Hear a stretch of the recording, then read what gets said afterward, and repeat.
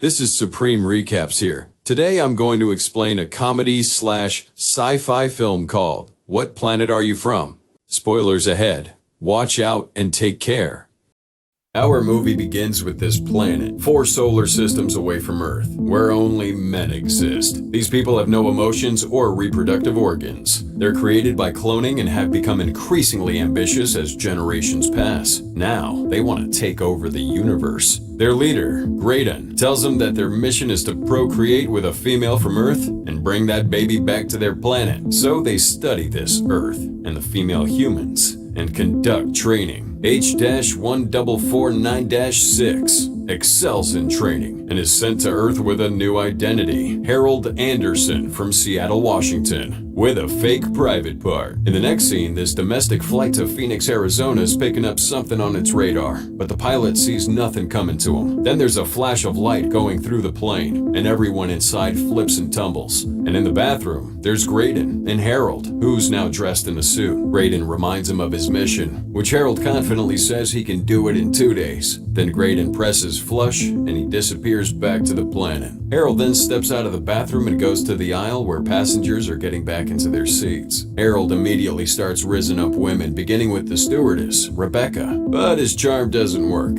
At the airport, he donates $150 to a woman asking for charity donations. All surprised by that generosity, she drops the jar and goes to pick it up. With that behind facing up towards Harold, he starts getting turned on, with those fake private parts humming. Still with no luck, he goes off to that bank where he'll be working. Now at the bank, he meets his coworker Perry, also his manager Rita, and his boss Don. Elsewhere, Detective Jones is watching a passenger video taken during that plane event, and he spots that flash of light that went through the plane, thinking that's pretty out of the ordinary. Back to Harold. He and Perry start bonding over their interest in sleeping with women, so Perry takes him down to see some strippers, and it looks like he can hold hands with Cheryl at the hotel as they're about to get they freak on. Harold's special parts start humming again, and our girl here wonders what's making that sound, so he lies and says it's the traffic. Just then she forces him to wear protection, but because his private part isn't real, this little freaky business isn't successful. Perry then takes Harold to a AA meeting, where he meets up with a recovering alcoholic, Susan, and becomes really interested in her. After it finishes, Perry goes off with this woman, and as he leaves, he bumps into Susan's new car, causing damage. Rebecca's also there and goes home with Harold, but they can't do it because she notices that humming going on. The next day at the bank, Harold meets Perry's wife, Helen, who's been looking for him. Susan then arrives and is also looking for Perry, but ends up talking with Harold, who starts rizzing her. She doesn't give in right away, but gets interested towards the end, when he immediately backs off after telling him no. Now because of that gentle manliness,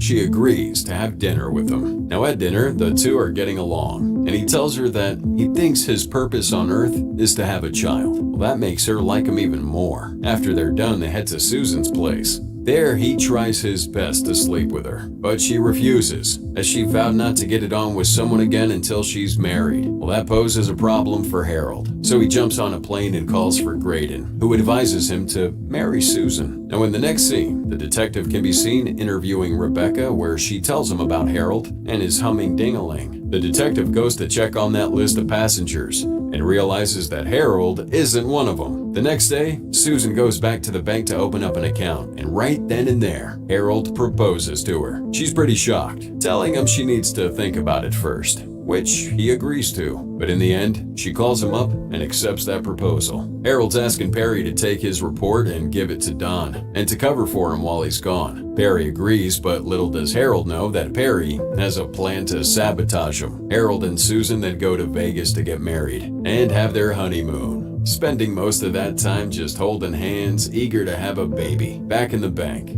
Perry's submitting Harold's reports to Don. He pretends he did all the work, taking the credit for everything, because he wants to be the vice president. He even tells Don that Harold is lazy. So when Harold returns to work after their honeymoon, he finds Perry in Don's office with his reports on Don's desk, and he figures that Perry stole it. Just then, Detective Jones comes in to see Harold. He secretly takes pictures of his desk, and when he comes into his office, he starts asking him questions about the flight, which Harold swiftly answers, leaving Jones here without anything. He then tries to trick him by showing Harold a dirty mag, trying to get that humming noise to come out like Rebecca mentioned. But Harold manages to outsmart him by sharpening his pencil while looking at that mag, hiding the sound. So, with no evidence, the detective leaves, with Harold realizing that his identity might be exposed. When he comes home to Susan, she takes a pregnancy test, but it turns out negative, causing the couple to argue. Harold jumps on this plane again to talk to Graydon, who's advising him to find another woman to impregnate. So he takes that advice and ends up flirting with Helen, but he somehow doesn't get turned on and ends up leaving. When he gets home, Susan meets him with a happy dance and tells him that she's finally pregnant. As days go by, Harold begins to develop more emotions for various things.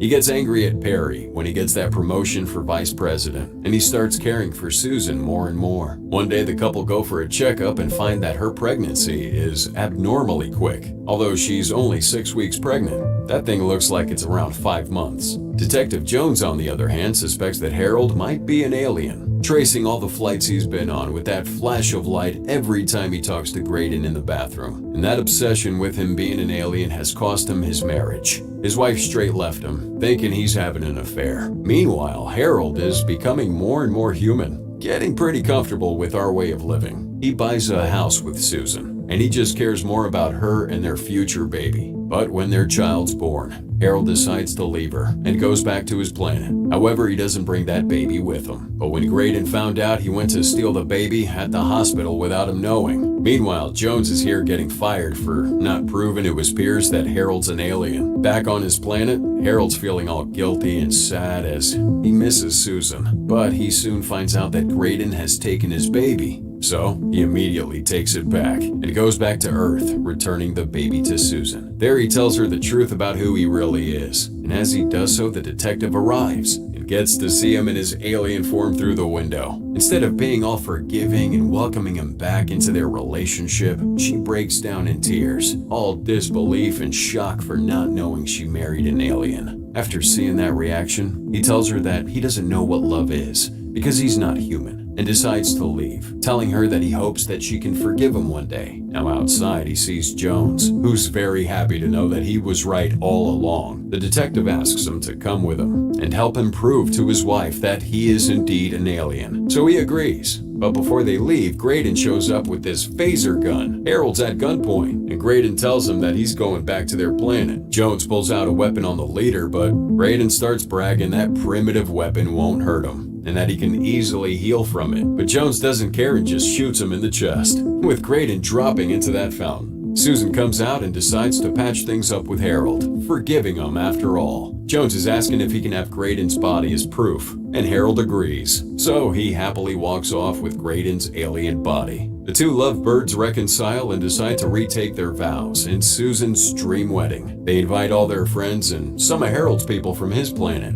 On their drive home, he tells her that the citizens of this planet want him to take over as their leader. They discuss it a bit, but she doesn't want to move because all her friends are here, and she doesn't know anything about the school system there. So without a choice, Harold agrees that he'll commute between the two planets, and the movie ends with their son smiling at the back seat. Always a pleasure having you guys around. Thanks for watching. Like and subscribe if you had a good time today, and get ready for the next one.